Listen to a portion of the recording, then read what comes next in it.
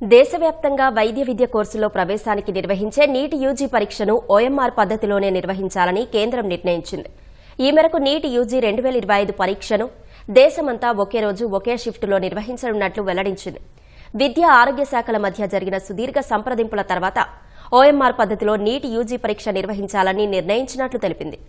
దేశంలోనే అతిపెద్ద పరీక్ష నీట్ను వైద్య కళాశాలల్లో ప్రవేశం కోసం నేషనల్ టెస్టింగ్ ఏజెన్సీ ఎన్టీఏ ప్రతి సంవత్సరం నిర్వహిస్తోంది. 2024లో రికార్డు స్థాయిలో 24 లక్షలకు పైగా అభ్యర్థులు పరీక్షకు హాజరయ్యారు. ఎంబీబీఎస్ కోర్సుకు దేశవ్యాప్తంగా 1,08,000 సీట్లు అందుబాటులో ఉంటే అందులో ప్రభుత్వ ఆసుపత్రుల్లో 56,000 సీట్లు, ప్రైవేటు కళాశాలల్లో 52,000 సీట్లు ఉన్నాయి. గతేడాది పేపర్ లీకేజీ తర్వాత నీట్ పరీక్షను ఆన్లైన్లో నిర్వహించాలనే డిమాండ్లు పెరిగాయి.